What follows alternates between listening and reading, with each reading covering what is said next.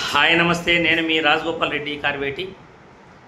చంద్రబాబు గారికి బడుగు బలహీన వర్గాలన్నా ఎస్సీ ఎస్టీలన్నా ఎందుకంత చులకన భావమో ఎవరికీ అర్థం కావట్లేదు. గతంలో ఎస్సీలను అవమానించాడు. ఎస్సీలుగా ఎవరైనా పుట్టాలనుకుంటారా అని గతంలో ఆయన సంబోధించటం రాష్ట్ర ప్రజలందరికీ కూడా తెలుసు. నిన్న వెలగపూడి P4 లాంచింగ్ సభలో చంద్రబాబు గారు మాట్లాడుతూ బడుగు బలహీన వర్గాల్ని అవమానించేలా ఆయన మాట్లాడటం జరిగింది. సభకు వచ్చిన జనాలు మధ్యలోనే లేచి వెళ్ళిపోతుంటే వాళ్ళను ఉద్దేశించి బడుగు బలహీన వర్గాలపైన ఆయన ఏం మాట్లాడాడో మనం ఈ వీడియోలో చూస్తాము. Please watch the video.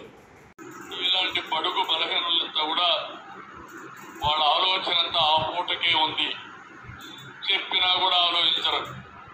ఇప్పుడు వచ్చారు, సగం మంది వెళ్ళిపోయారు. వాళ్ళ ఆలోచన వచ్చాం, మీటింగ్ అయ్యింది, మా పని అయిపోయింది. అంటే మన ఆలోచన విధానాన్ని నేను తప్పుపడుతున్నా, మిమ్మల్ని కాదు. అదే ఈ కొండోళ్ళందరూ అన్నారు. అంటే ఏంటి? వీళ్ళకు ఓపిక ఉంది, బంగారు కుటుంబాలకు ఓపిక లేదు. ఇలాంటి బడుగు బలహీనులంతా కూడా వాళ్ళ ఆలోచన అంతా ఆ పూటకే ఉంది, చెప్పినా కూడా ఆలోచించరు. ఇప్పుడు వచ్చారు, సగం మంది వెళ్ళిపోయారు. వాళ్ళ ఆలోచన వచ్చాం, మీటింగ్ అయ్యింది, మా పని అయిపోయింది. అంటే మన ఆలోచన విధానాన్ని నేను తప్పుపడుతున్నా, మిమ్మల్ని కాదు. అదే ఈ కొండోళ్ళందరూ ఉన్నారు. అంటే ఏంటి? వీళ్ళకు ఓపిక ఉంది, బంగారు కుటుంబాలకు ఓపిక లేదు.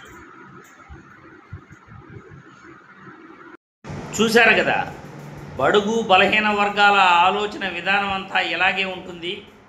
మీటింగ్కు వచ్చారు, వాళ్ళ పని అయిపోయింది, వాళ్ళు వెళ్ళిపోయారు అంటూ బడుగు బలహీన వర్గాల ఆలోచనలను నేను తప్పుపడుతున్నాను, వాళ్ళని కాదు అంటూ మళ్ళీ కవరింగ్ చేసుకునే ప్రయత్నం చేస్తున్నాడు చంద్రబాబు నాయుడు గారు. గతంలో ఎస్సీలపై ఇదే విధంగా ఆయన మాట్లాడాడు. ఎస్సీలుగా ఎవరైనా పుట్టాలనుకుంటారా అని మాట్లాడాడు.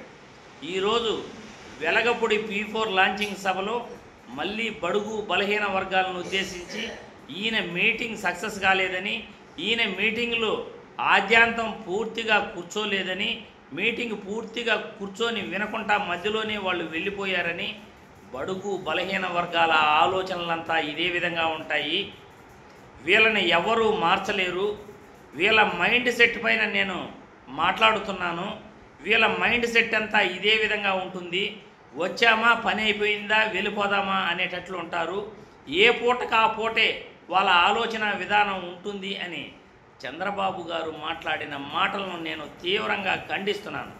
బడుగు బలహీన వర్గాల తరఫున చంద్రబాబు గారు వాళ్ళని అవమానించేలా మాట్లాడిన మాటలను తీవ్రంగా నేను ఖండిస్తున్నాను. మరోసారి ఈ విధంగా మాట్లాడకూడదు.